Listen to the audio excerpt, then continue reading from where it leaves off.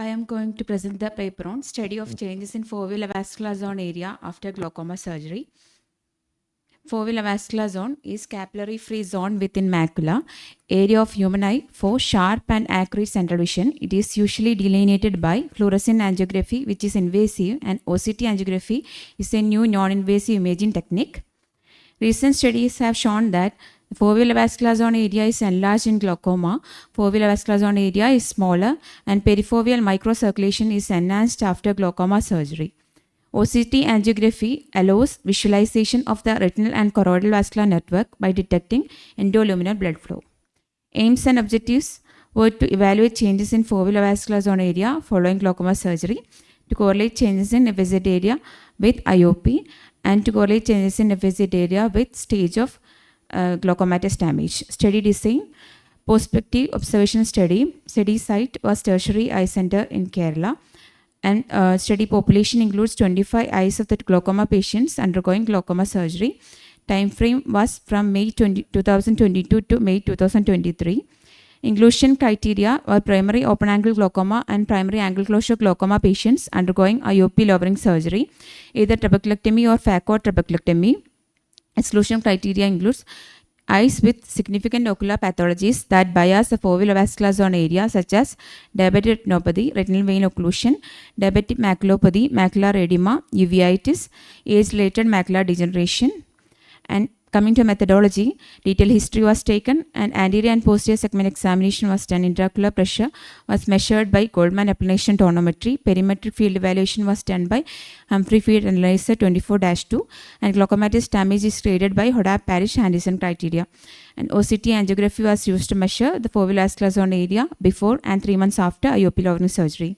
And foveal avascular zone was measured in superficial and deep vascular plexus manually by 2 examiners. An average of 2 measurements was taken as final value of FSZ area.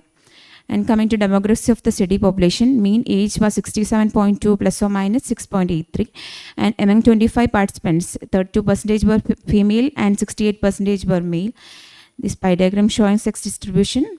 And in our study, 28% had moderate visual field and 72% had severe visual field grade. And comparison of study variables from pre-op to post-op period: superficial vascular plexus FSZ area changed from 0.6 to 0.56, and deep vascular plexus FSZ area changed from 0.59 to 0.52.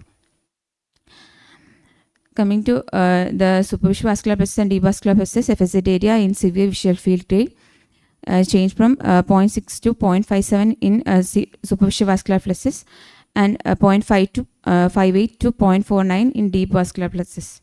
And moderate visual field grade changed from 0.62 to 0.53 from pre-op to post-op period, and deep vascular plexus changed from 0.64 to 0.58.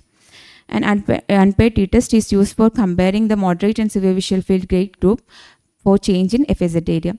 Superficial vascular plexus after glaucoma surgery, p-value was 0.497, and deep vascular plexus after glaucoma surgery, p-value was 0.077.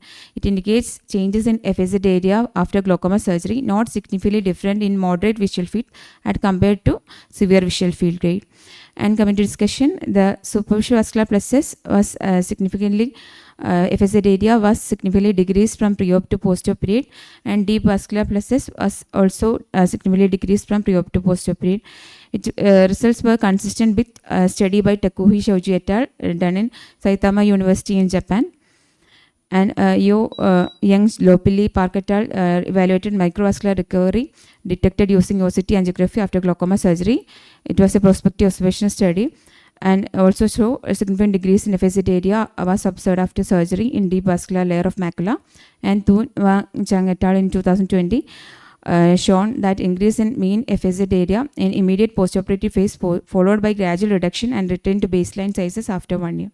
Conclusion: ocular blood flow increases after a significant drop in IOP post glaucoma surgery, and glaucoma surgery with IOP reduction improved perifoveal microcirculation, and FSZ area decreases 3 months postoperatively. And change in FSZ area is not significantly correlated with visual field grade. Thank you.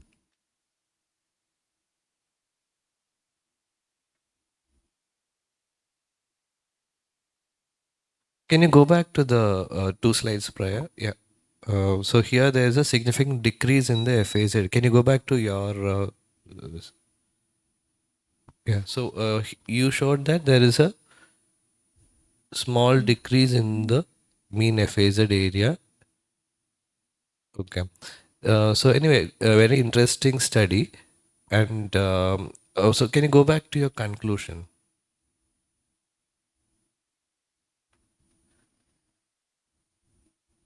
Yeah.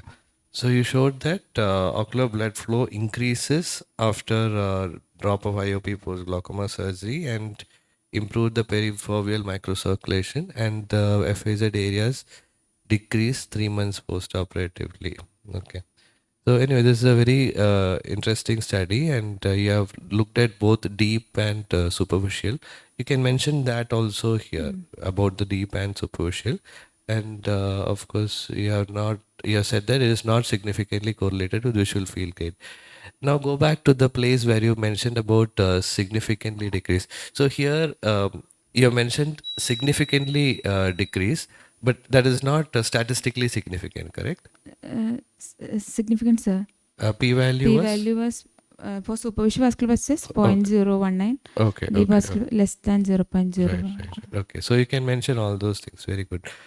So a very interesting study, and this is done with an OCT angiography, and you can put a few pictures of the OCT angiography and the measurements. So you said the measurements were Done done manually manually, so by that means two. on the software, as the previous presenter said.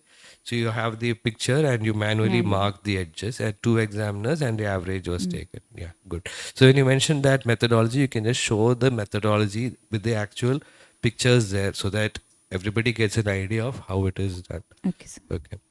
Anything to? Good. And Najla, this when and the marks are put, no, the quality of the slides also counts. In some, you have put black letters in blue. That is difficult to read. So you have to give importance to all those things. And also your body language also counts. Were you not interested in doing this study? No, I just asked.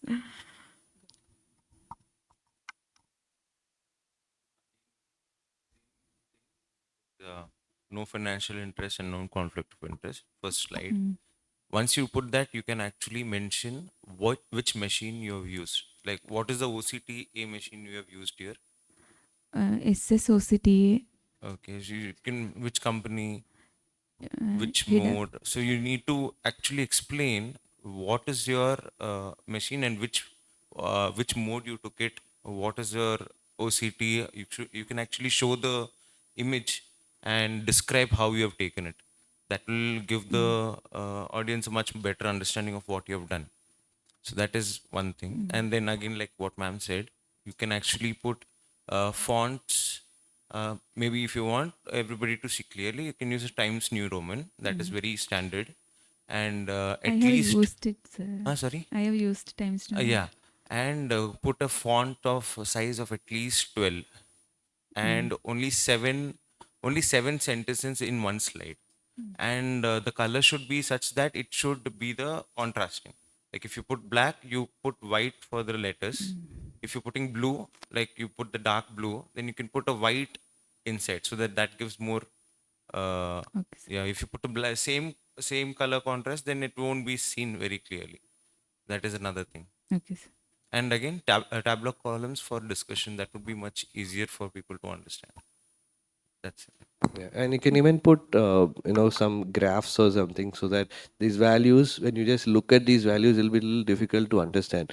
So if you can put a sort of graph there, it will make it easier to understand. Yeah. So just put it. You can put it on the same slide, or depending on the space constraint, you can just show that, so that that becomes clear.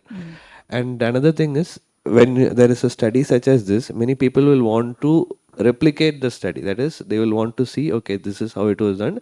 I also want to try it out. So you should give the methodology, and like Dr. Prithvi said, it would be good to mention the machine also. You mentioned no financial interest. You mention the machine. You show the pictures of how it was done, so that somebody who sees your study will have all the information necessary to do the same thing, repeat it, and see whether they are getting the same results. Okay, so that is the purpose of scientific studies. to do the study and make sure others can also replicate the study and find out if they are getting the same results. If not, you will have a discussion. Okay, why am I getting this result? Why are you getting this result? Then you will figure out. That is how science works. Okay, so you can mention more about the methodology there. Okay, otherwise a good study, a very interesting study. One more small point. In order to save time, you need more information. You need to put more information. No? In order to save time, don't discuss the pie chart and all. It is already evident. No, the demography. You just tell n is this male and female ratio is this. Don't waste your time describing the charts and all. Okay.